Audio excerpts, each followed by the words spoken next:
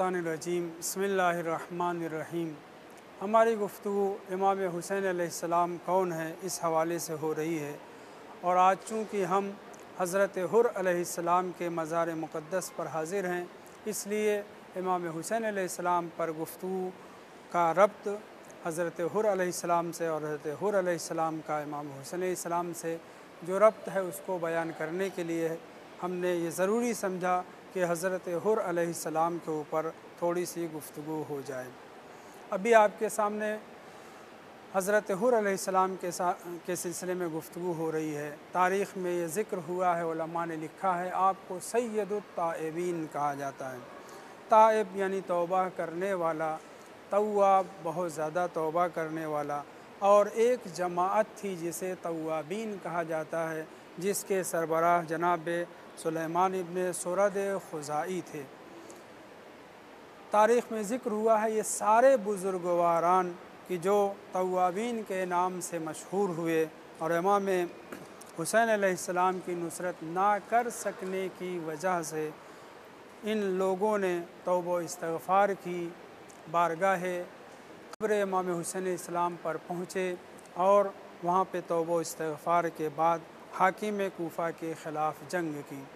एक रवायत में ये भी ज़िक्र हुआ है कि ये सारे के सारे तव्वाबीन उस वक्त गिरफ़्तार किए जा चुके थे, इसलिए इमाम हुसैन अलैहिस्सलाम की नुसरत नहीं कर सके थे। बहरहाल इनको न सिर्फ़ ये कि ताइब बल्कि तव्वाब के नाम से यानी कसरत से तौबा इस्तिग़फ़ार करने वाला कहा जाता है।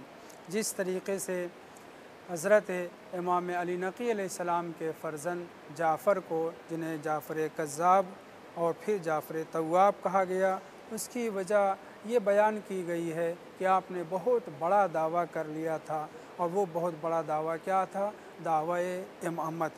इसलिए आपको कज़्ज़ाब कहा गया, वरना वो बार बार झूठ बोलने वाले नहीं थे।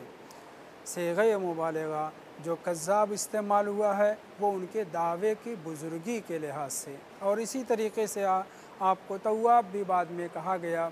उसकी वजह सिर्फ़ ये नहीं है कि बार बार आप तौबा इस्तिग़फ़ार कर रहे थे, बल्कि अपने बहुत बड़े दावे से वापस और दावे इमामत से नादिम हुए, शर्मिंदा हुए, और फिर आपको ताइब के बजाय तव्वाब कहा गया।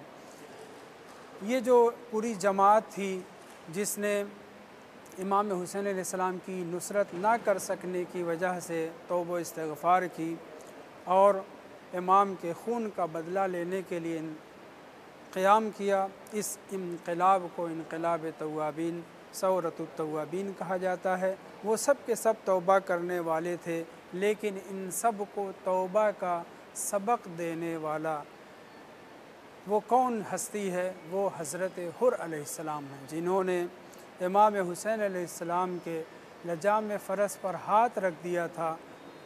बहुत बड़ी जसारत थी, लेकिन इसके बावजूद शर्मिंदा हुए, और वाक़यात बयान करते हैं कि जनाब हुर बेपनाह शर्मिंदा हुए और बारगाह इमाम हुसैन अलैहिस्सलाम में पहुँच कर के तौबा की, और वो लफ्ज़ इस्तेमाल किया कि क्या मौला क्या मेरी ख़ता माफ़ हो सकती है? तो इमाम हुसैन अलैहिस्सलाम ने इरशाद फरमाया था, ऐ हुर, खुदा ने भी तुम्हें माफ़ किया, मैंने भी तुम्हें माफ़ किया।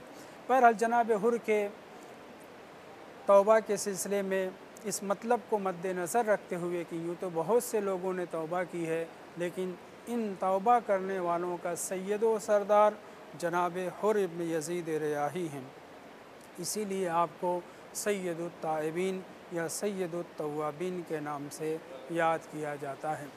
जनाब हुर अलैहिस्सलाम जब क़ादिसिया पर आपको ये पता चला, मकाम क़ादिसिया पर, कि इमाम हुसैन अलैहिस्सलाम इस तरफ आ रहे हैं, तो चूँकि इब्न ज़ियाद की तरफ से मामूर थे इमाम के इस्तक़बाल के लिए, इसलिए अपने घोड़े को दौड़ाते हुए और अपने साथियों के साथ वहाँ से निकले। तारीख़ में ये भी बयान किया गया है कि जिस वक्त इमाम हुसैन अलैहिस्सलाम एक मकाम पर सहर के वक्त, नमाज सुबह के वक्त नमाज़ पढ़ रहे थे, जमात से नमाज अदा हुई, और उसके बाद आपने उसी वक्त हुक्म दिया अपने चाहने वालों को, अपने फ़र्जंदों को और अपने साथियों को कि इस मकाम पर अपने सारे मशकों को भर लो, سارے برتن جس میں جتنے پانی ہو سکتے ہیں سب کو بھر لو، یعنی کثرت سے پانی کو امام حسین علیہ السلام نے اپنے ساتھیوں کے ذریعے سے حاصل کیا اور وہاں سے چلے۔ دوپہر کے وقت انتصف النہار کا لفظ استعمال ہوا ہے، حر کا لشکر پہنچا ہے اور پوری تفصیلات آپ حضرات جانتے ہیں۔ اس وقت حضرت حر کا لشکر 1000 لوگ اپنے سارے جانوروں کے ساتھ پیاسے تھے۔ جب وہاں پہنچے ہیں تو امام حسین علیہ السلام نے اپنے افراد کو، اپنے ساتھیوں کو حکم دیا کہ ان کو پانی پلایا جائے۔ سب نے حضرت حر کے لشکر کو باقاعدہ سے سیراب کیا۔ طبری میں، تاریخ طبری کی جلد 4 میں یہ نقل ہوا ہے کہ نہ صرف یہ کہ لشکر حر نے سب نے خوب سیر ہو کر کے سیراب ہوئے، پانی پیا، بلکہ جانوروں کے سامنے 3 4 بعض روایت میں 5 مرتبہ جانوروں کے سامنے پانی پیش کیا جاتا تھا۔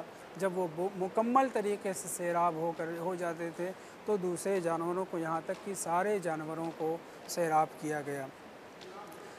یہ وقت تھا دوپہر کا۔ جیسے ہی حر کا لشکر سیراب ہو جاتا ہے، نماز کا وقت ہو جاتا ہے، امام اپنے مؤذن کو حکم دیتے ہیں، وہ اذان کہتا ہے، اذان ختم ہوتی ہے، اقامت کا وقت آتا ہے تو جناب امام حسین علیہ السلام آگے بڑھتے ہیں اور حر سے کہتے ہیں انت تصلی باصحابک، تم اپنے دوستوں کے ساتھ، ساتھیوں کے ساتھ نماز پڑھو گے؟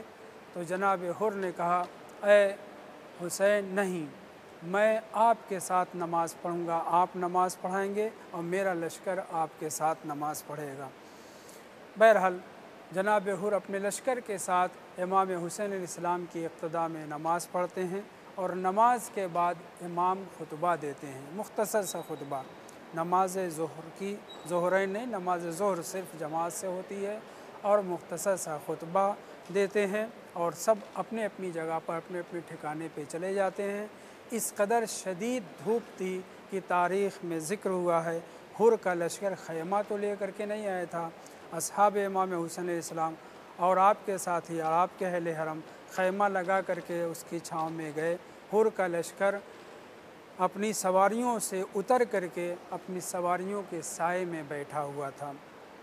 کیوں؟ اس لیے کہ امام نے وہاں پہ پڑاؤ ڈال دیا تھا اپنے ساتھیوں کے ساتھ، اور یہ وقت تھا دھوپ کا، گرمی کا، اور عصر کے ٹائم یعنی شام کا وقت ہونے تک امام حسین علیہ السلام اسی مقام پہ رہے، اور جب نماز عصر کا وقت آیا تب آپ نے پھر نماز جماعت، اور حر کا لشکر بھی امام کے ساتھ جماعت کے ساتھ نماز پڑھتا ہے۔ وصلی اللہ علی محمد وآلہ الطیبین الطاہرین۔